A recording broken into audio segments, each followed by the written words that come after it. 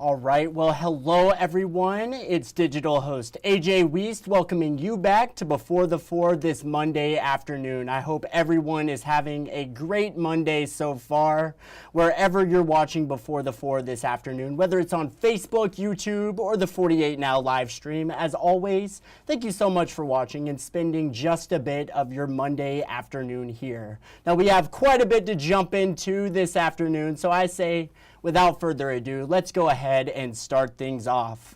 And let's begin here in Huntsville, where earlier today we learned that a Georgia man was arrested last night following a shooting that led to a police standoff. Authorities say around 8:30 last night, Huntsville police responded to reports of a possible shooting in progress on Exchange Place here in Huntsville. When officers arrived, they found a man who had been shot. He was taken to the hospital for non-life-threatening injuries. Officers then learned that the suspect fled the scene into a nearby building. They used a drone to search for the suspect, who was then found armed on the roof of the nearby building. Officers established a perimeter to contain the suspect, and specialized units, including SWAT, the crisis response, and negotiations team, were called to the scene. The negotiations with the suspect ultimately led to his surrender. The suspect, who you're seeing on screen, was identified as Matthew Allen Clark of Woodstock, Georgia. He was booked into the Madison County Jail and charged with assault. He is being held on a $30,000 bond, and 48's Noah Cowell is working to learn more about today's situation. So make sure to stick around for our evening newscast for more details coming up. And staying in Huntsville, where a woman charged with capital murder was sentenced this morning. Shamika Strickland, that's who you're seeing on screen, she was charged with the 2021 murder of a 76-year-old Jesse Suttle. An autopsy indicated that Suttle sustained multiple injuries from a physical altercation, leading to his death. Now, last year, she was indicted by a grand jury and has been held in the Madison County Jail since her arrest. Last Tuesday, Strickland pled guilty to murder and was sentenced to life in prison without parole. But now in Huntsville, where we have received new details on a shooting last week that left a woman dead. Wyatt Young was arrested for the murder of 59-year-old Nancy Fox. According to new court records, Young is accused of shooting Fox multiple times and using the same weapon to hit her before using his steel-toed boots to kick her head in. Officials say Young drove to Fox's with the intent to kill her. According to officials, he got out of his vehicle, saw Fox inside her home, and grabbed his firearm. Fox called 911 and told them there was a man with a gun outside of her home. Young walked up to the home and fired several shots at it. Now, he was able to break through the front door, and once inside, he found Fox and fired. She retreated to her bedroom and attempted to hide behind her bed. Young entered the room, and she raised her head up. Young then allegedly shot her. Now, according to court records, while firing, he ran out of bullets and then used his gun to strike her multiple times in the head. The suspect then called 911 and told dispatchers where he was and that he had killed Fox. When officers arrived, they detained Young, and he was later booked into the Morgan County Jail, where he's being held without bond. But now, let's take a look at the weather. Another hot one today, now heading into the second week of July. Let's see what 48 First Alert Chief Meteorologist Brad Travis has to say about what to expect for this week. Brad? Hey, good afternoon, everyone. It is a hot day out there. Thought we'd see a little bit more activity than we do. It's really struggling out there because it's not only hot down here, but it's hot way up in the air too. I think we're eventually going to see a better chance for these scattered showers and storms as we go into the day tomorrow. And we're going to see a turning point, so to speak, we call it. And then look for scattered showers and thunderstorms every day pretty much for the rest of the week. Good look at the tower over in Guntersville. I think we had a bird over there earlier we were checking out.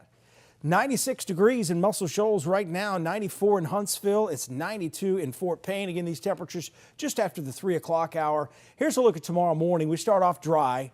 but it warms up very quickly. So make sure you're staying hydrated. By 11 o'clock, a few afternoon thunderstorm chances begin. We'll call it about 2 o'clock for the afternoon storms. Again, these will be scattered throughout the afternoon. They may even hang around just before sunset as well. Over the next 3 days, 93 tomorrow, 90 Wednesday, 87 Thursday. Notice the trend. The temperatures are going down a little bit. That's just because the storms are going to be affecting our temperatures a little bit more, and the humidity is going to be a lot higher. I'll have the latest forecast at 4, 5, and 6.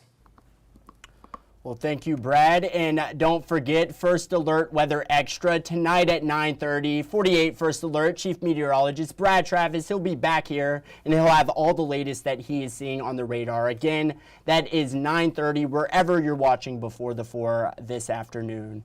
But now we are going to head to break, but coming up, a pair arrest in Marshall County for alleged prostitution, following up on a church fire in Sheffield last week, and a fundraiser for a youth baseball team in Fort Payne. They're heading to a Rec League World Series, and it's all ahead. I'll be right back in 1 minute.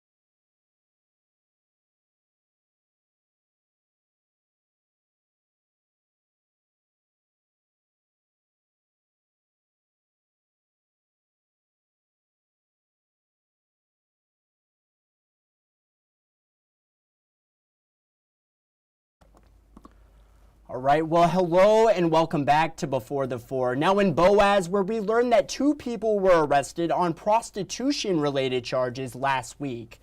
Boaz police executed a search warrant at Sunshine Massage Parlor on Elizabeth Street as part of an ongoing investigation into suspected illegal activity.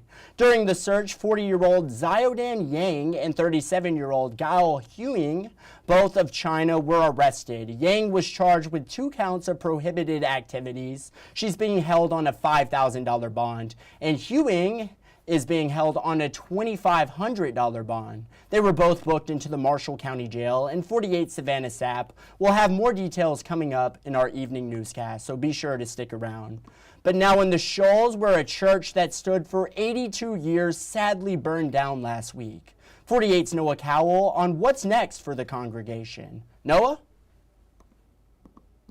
On Wednesday, a fire took down most of the 82-year-old First United Pentecostal Church in Sheffield, forcing the congregation to find another place to worship. It's still smoldering. You can smell it when you walk out these doors. And for us to just be here and be able to have church, it's just an act of God. Congregation members told us they made a lot of good memories there, but as one door closes, another one opens. Great things will come from the ruins and the ashes. You know, it says He brings beauty for ashes, and we believe that something great will come from this. The Park Place Apartments offered the congregation a new space to worship, and they wasted no time organizing a gathering Sunday morning full of songs and prayer. It just really touches our heart that somebody would be willing to step up so quickly with such kindness. This is a very great blessing to us, and we appreciate it very much. Assistant Pastor Nathan Salinas says the church family has been through a lot together, and they won't let this week's setback stop them from pushing forward into a new, exciting chapter. This is just a temporary thing. It's lovely. We appreciate it, but we're looking for something more substantial, and I believe God's going to open it up. And also now in Fort Payne, where a youth baseball team has earned their way to a Rec League World Series in Louisiana. The team now is raising money to compete in the big series. Noah Cowell reports. $14,000. That's how much the Fort Payne Wildcats needed to raise in order to afford the trip to Baton Rouge, where they'll compete against teams from across the country on the biggest stage. Now, they've made big strides in the past couple weeks, but they haven't reached their goal just yet.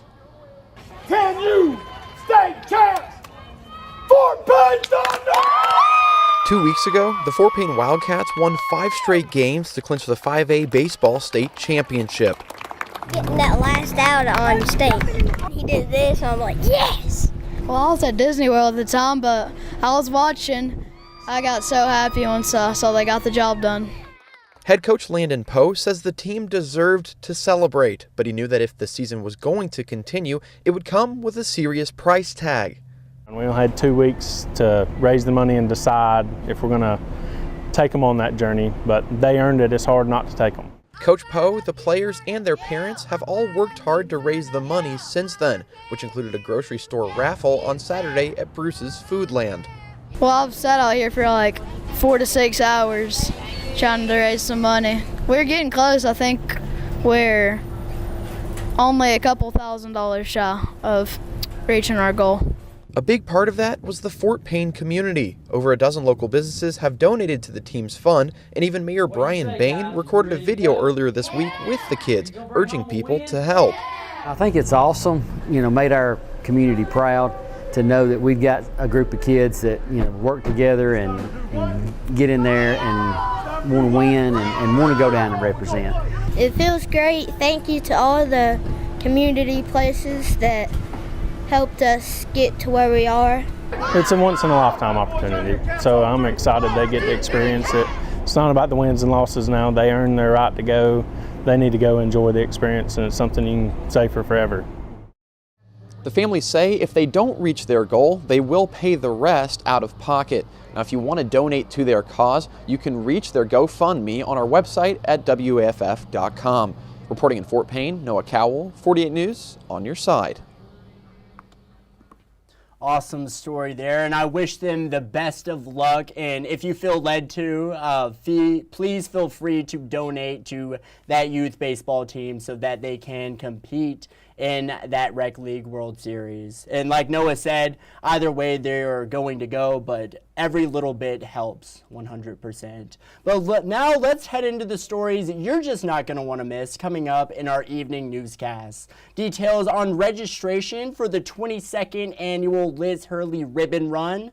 Get that story coming up. The latest on a deadly flood in Texas, a very sad situation there. And finally, an update on a rec center in Huntsville. And these are just a few of the stories you're just not going to want to miss coming up in our evening newscast. And now it is time for Facebook fun and our 48 Facebook question of the day. What temp do you set your AC during the summer? And I don't know about you all, but I am the kind of guy who likes it cold in my apartment pretty much year round. Even in the winter, I keep it at 70 degrees. I keep my apartment in the summer at 70 degrees. But let's see what you all had to say. What temperature do you set your AC during the dog days of the summer? And let's see. It looks like Gina keeps it at 62. Wow, I do not know how you keep it that low, Gina, but more power to you. I keep mine at 70. I have the ceiling fans on.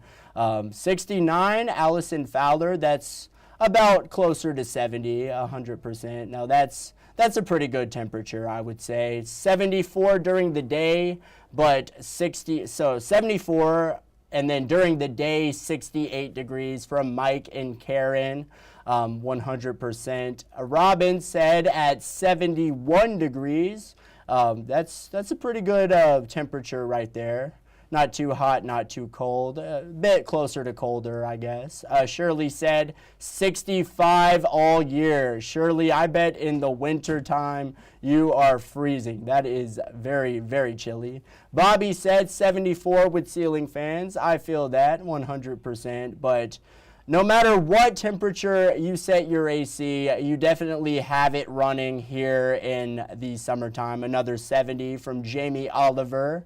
But Thank you all for commenting on today's 48 Facebook question of the day. Y'all, that's just about it for today's Before the Four, but thank you all for sticking around with me this Monday afternoon and tuning in to Before the Four. I hope you all have a great evening, enjoy tonight's evening newscast, and as always, thank you so much for watching. You all have a great night.